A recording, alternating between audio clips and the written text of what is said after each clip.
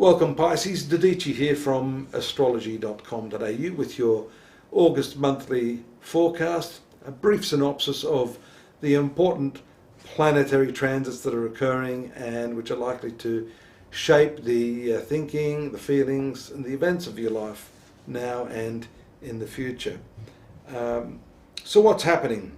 Well, the important thing we see here is the incoming transit of Mars, which is going to create a conjunction with Saturn in your career and professional sector on the 24th of the month. So the whole of the month is going to get more and more tense with these two very different energies of Saturn and Mars competing for your attention, for the attention of your employers and the people that you do business with generally. The 10th house is a little bit misunderstood because it seemed to be purely associated with work as such, profession. But if you look at it, it has to do with the development of your ego. It is the pinnacle of the horoscope. And when we see these two very different energies, it could be that you don't know whether you're Arthur or Martha. Do you want to portray yourself as a conservative, self-contained individual? Or are you wanting to show that you're a leader? You want to take control of everything. You want to appear a little pushy to give people a sense of confidence, a sense of feeling comfortable in your leadership. These are the two options open to you this month. The problem you have is when these two planets merge in their energies, it creates quite a bit of frustration. You will not know which one that you want to choose. It might help us to take a look at what happens on the 3rd of the month when the new moon takes place in the sign of Leo, which is your 6th house, another one of the working or professional sectors of the zodiac for the sign of Pisces. And what this means is definitely a new direction in your work, at least a new way of doing things. This could even be accelerated by the introduction of new people into your sphere of work. There could be new co-workers who do things differently, and a good connection can take place with these new people. That's also augmented by the fact that you have Pluto transiting your 11th house. So these are relationships or friendships, co-worker associations that can act as catalysts for your spiritual growth, for your professional growth, even for your emotional and relationship growth.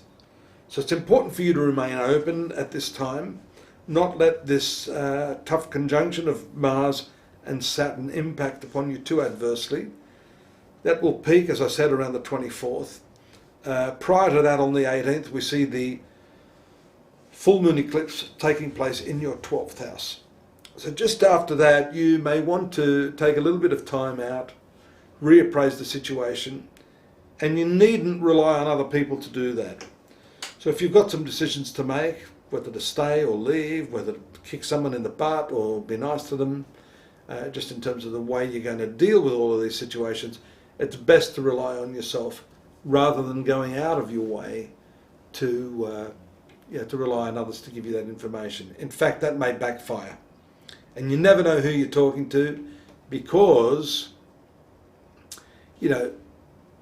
people know others who are mutual friends and common. And that is what we said, the Mars and Saturn in the 10th house can cause problems there. That is that's a case in point of the sort of problems you can run into. When you look at the horoscope of someone like Muhammad Ali, other great fighters, they had this combination. So it's likely too that in the first part of the month, this combination is going to, put you in war mode. You could be finding your battle instincts are required to deal with the people that are maybe openly in competition with you and trying to do battle with you as well. 6th house, which we talked about, the new moon, is not only about your work, it is about your enemies, the people that are openly competitive with you. Although some astrologers seem to think the 7th house does that, I like to look at the 6th house. There we see the ruler of the 6th house, Sun, transiting through the sign of Leo in that 6th house, which tells us that you do have at least one formidable competitor or opponent that you may need to deal with this month. The interesting thing there is that you can make an alliance with that person, as indicated by the trine aspect to that competitive and warlike Mars-Saturn conjunction in the career sector. So this is favourable. You do have some hard aspects from Mercury, Venus and Jupiter to the same thing. So there what we're seeing is that there may be, it's interesting, there may be someone who's a competitor who has friends or allies.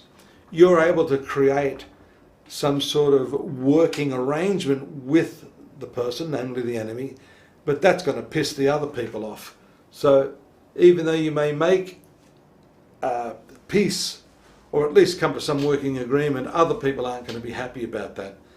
Que sera, sera. That's what happens in life. You just have to plough through life like a steamer through ice, as a good friend of mine once said.